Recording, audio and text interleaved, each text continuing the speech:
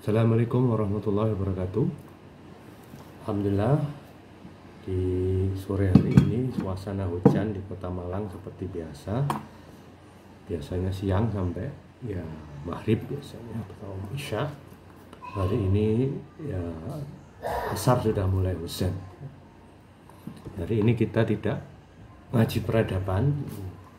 Saya lagi di kamar, lagi baca buku-buku lama yang ya, sudah lama belum dibaca, sudah dibaca tapi ya lupa karena sudah lama sekali. Ini buku waktu saya di Jogja saya beli ya, salah satu ulama Islamisasi ilmu yang sangat fenomenal karya-karyanya. Baik, hari ini saya akan bicara tentang analisa politik kebijakan corona perbandingan Indonesia dan Vietnam.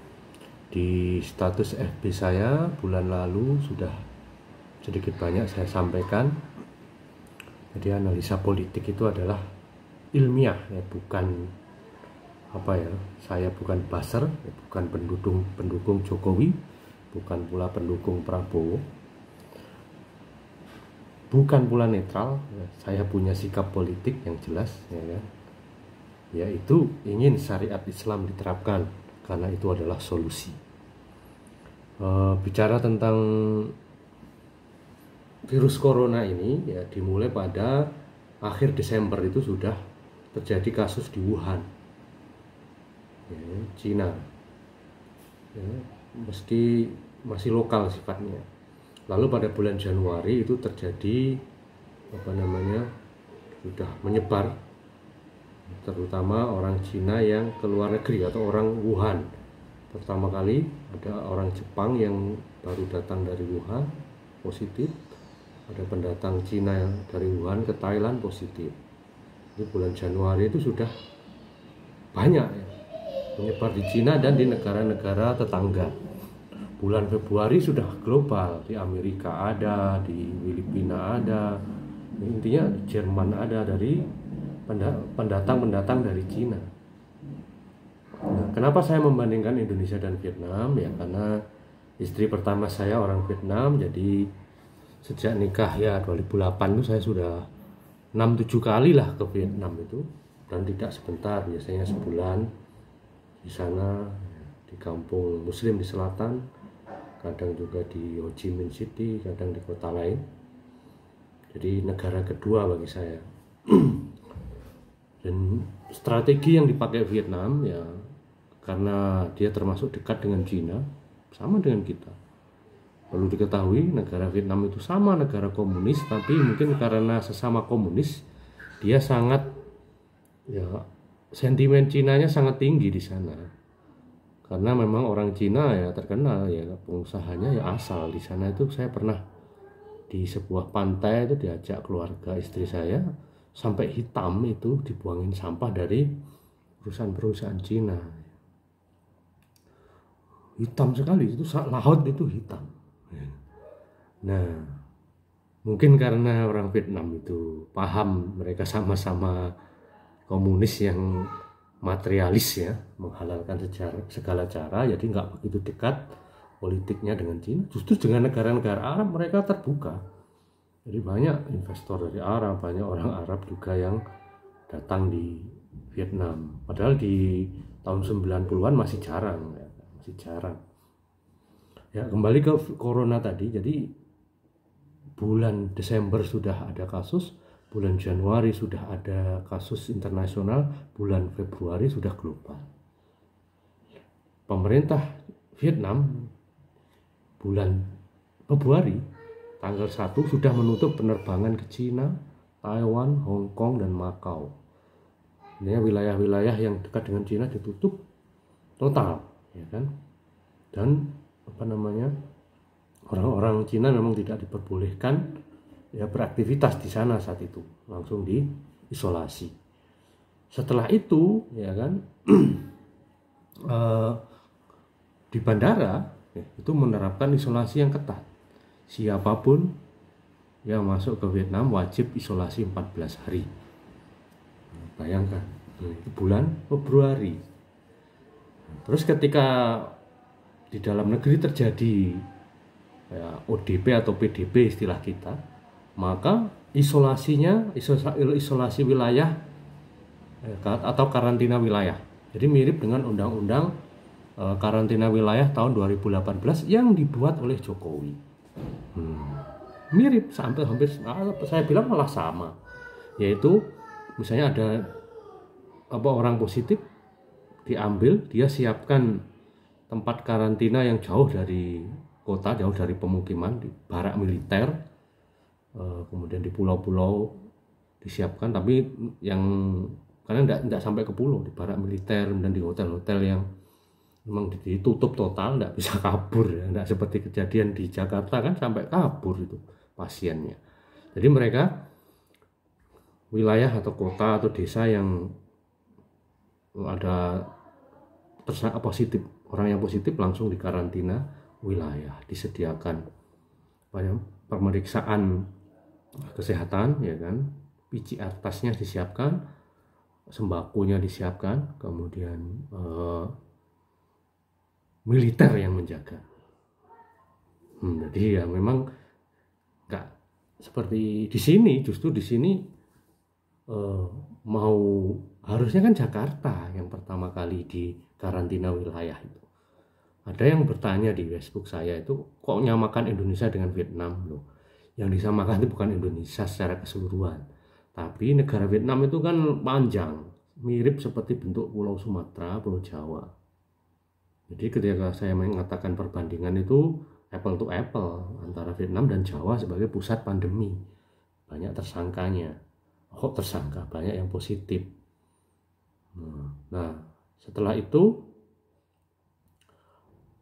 ada aturan pendukungnya, ada mewajibkan masker saat keluar rumah, dan itu diberikan secara gratis di Vietnam. Total, dan sekarang sudah total lockdown, meskipun zero growth, tidak ada pertambahan kasus, mereka menetapkan ditambah total lockdownnya 1 bulan, ya kan? Luar biasa, karena ingin selamat tentunya, dan tentu saja dengan kepemimpinan yang kuat. Sedangkan di negeri kita, ya kan, bulan 1, bulan Januari itu Presiden Jokowi malah bilang memastikan COVID-19 tidak terdeteksi di Indonesia, ya kan. Tanggal 27 itu Menteri Kesehatannya ngomong enjoy saja. Dia mengabaikan analisis Harvard University bahwasanya Indonesia tidak mempunyai alat tes yang memadai. Ya, dia bilang, Menkesnya bilang ini menghina Indonesia. Dia yang menghina dirinya sendiri kalau setelah tahu fakta begini. Menko Polhukam 7 Februari mengatakan Indonesia satu-satunya negara yang bebas corona. Lalu Luhut Binsar Panjaitan, Menko Maritim, bilang corona tidak bisa tumbuh di Indonesia ya karena kita tropis, kita panas. Ternyata kan asbun. Luar biasa ini, pejabat-pejabatnya sangat tidak tepat begitu loh. Ya kan? Kemudian 2 Maret pemerintah mengumumkan 2 kasus pertama. Ya kan? Padahal sudah seperti itu. Jadi bulan Maret itu, pertengahan Maret itu kita masih ngomong, pemerintah ya maksudnya, masih ngomong ayo wisata, jangan takut corona. Itu terdokumentasi di Metro TV, di media-media online itu terdokumentasi. Ya kan? Harusnya kalau berdasarkan undang-undang kesehatan mirip dengan Vietnam. Harusnya ketika Jakarta sudah ketahuan positif, karantina wilayah, tutup penerbangan. Nah ini orang Cina masih banyak berkeliaran di Indonesia saat itu. Bahkan di Tulungagung, di kota saya, banyak malah nyewa rumah, ya kan? Itu dari orang Cina yang mau buka pabrik di sana katanya. Dan orang-orang Cina yang perjalanan dari negaranya ke sini sebelum WHO menetapkan ini pandemi juga banyak berkeliaran. Itu kan seharusnya diisolasi, ya kan? Nah, yang blunder lagi adalah ketidakjelasan mudik atau tidak. Seharusnya ketika sudah tahu ada kasus positif, terutama di Jabodetabek, ya kan, harus ada kebijakan seperti di Vietnam itu, dikarantina, ya kan, Dan karena kebanyakan di Jakarta adalah pendatang, tentu harus ada kebijakan ekonomi khusus, ya kan? Kerjasama dengan pabriknya agar pabriknya misalnya tetap masuk tengah hari diganti, kemudian tetap digaji meskipun tidak penuh. Ya, kalau pemerintah mampu harusnya ditalangi gitu. Bahwa segera panggil perusahaan-perusahaan, nanti kita talangi, nanti setelah kondisi normal perusahaannya mengganti. Itu kan bekerja namanya pemerintah. Nah yang terjadi kan tidak. Ada menteri yang mengatakan dilarang mudik, Luhut bilang boleh mudik. Akhirnya kan ini sudah hampir jutaan pemudik dari Jakarta ke hampir seluruh provinsi. Ya mungkin daerah yang cepat seperti Papua yang menutup bandara dan pelabuhan ya mungkin tidak akan banyak kasusnya. Tapi yang datang dari Jawa, Jakarta khususnya Jabodetabek, daerah-daerah yang lain itu yang akan menjadi bom waktu, ya kan? Dokter-dokter di Malaysia kan sudah mewanti-wanti kita, ini Indonesia itu bom waktu, tutup perbatasan Malaysia, perketat, ya kan? Tidak boleh sama sekali masuk, pulangkan. Ya, bahkan ada yang bilang 1 tahun harus ditutup perbatasan Indonesia, jangan sampai keluar masuk ke Malaysia.